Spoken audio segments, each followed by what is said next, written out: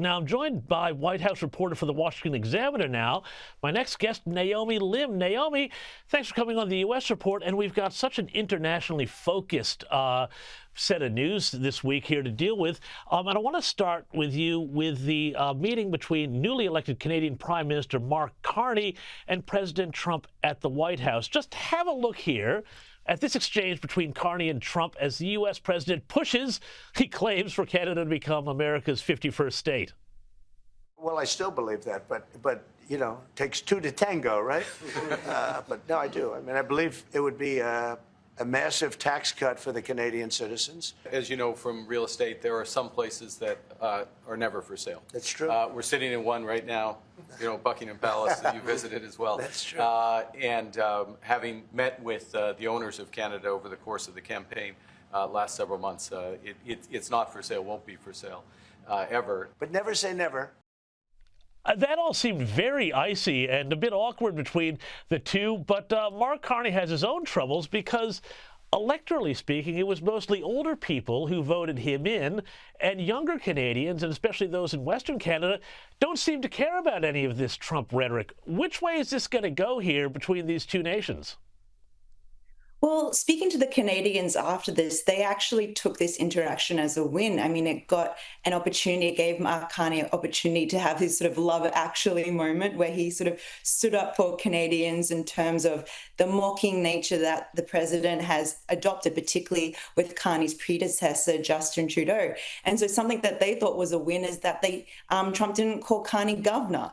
And I think that is important going forward because, you know, as we were talking, or as you were talking with your previous guests, there are still unknowns to sort of unravel with the UK-US trade deal. Things need to really happen on the Canadian front. They are still facing 25% tariffs when it comes to goods that are not compliant with the free trade agreement between the US, Canada, and Mexico. And so they need to leverage this moving forward. They sort of said that obviously the relationship that we've seen really sour between the US and Canada, including booing at hockey games and things like that. One conversation is not going to fix that. But the Canadians actually made news at their post-meeting press conference the other day where they said that the next meeting between Trump and Carney will be at the G7 in Canada in June. And so I think this will just be the start of hopefully a warmer relationship between these two men. And I want to move on, too, because there's so much of this trade stuff. It's really starting to come together, and it's very important for us in Australia here to understand what is happening with some of these deals, because just as Trump announced this landmark deal with the UK, the White House has also issued a warning to the EU, saying that their proposal to retaliate against American tariffs would be a grave mistake. So are we seeing a splitting off here of Britain from the EU even further, I guess, than we saw with Brexit in 2016?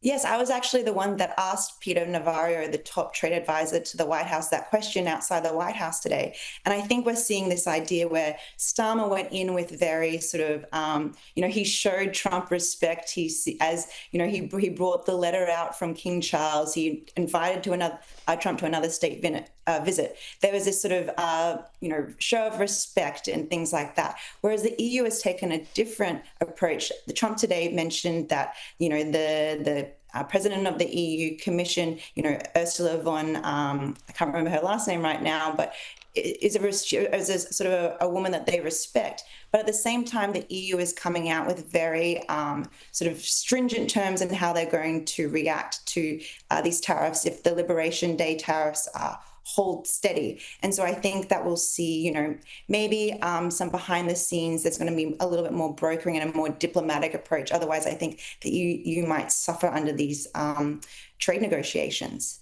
Indeed. And I want to just ask, too, because there's a very important Australian angle for this with the UK trade deal. One of the things that has been reported is that there's an ability for the U.S. to flag concerns about Chinese investment in the UK. Now, obviously, Australia will be trying to find our own way through with the United States. We also have a lot of dealings with China. Is this sort of boxing out of China going to be a feature, you think, of future trade deals as the Trump tariffs, which are really about punishing Beijing for all of their anti-competitive behaviors, moves forward? I think this is something that the US and the White House is very mindful of. I think when we had the sort of the post-match analysis of the Liberation Day tariffs, I think one of the main criticisms is that this is a way that the US, once had lots of friendly relationships overseas with their allies in a way that maybe could help them confront China, particularly not only economically, but maybe potentially security-wise, if something was to happen with Taiwan. And the idea of sort of the US not being a great sort of peacetime ally came up because, what will happen when something happens in the future. And so I think this is something that they are mindful about. And this is a way to bring people back to the table, because we obviously saw China also say if other countries of their allies sort of use the US tariff threats as a way to sort of isolate China, that China will also respond.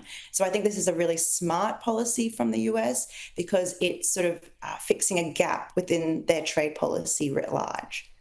Naomi Lim, thank you so much for joining me and explaining it to us. It's fascinating to watch, as you say, the after-action reports on these Liberation Day tariffs and what's going to happen next. Thank you so much for joining me, as always.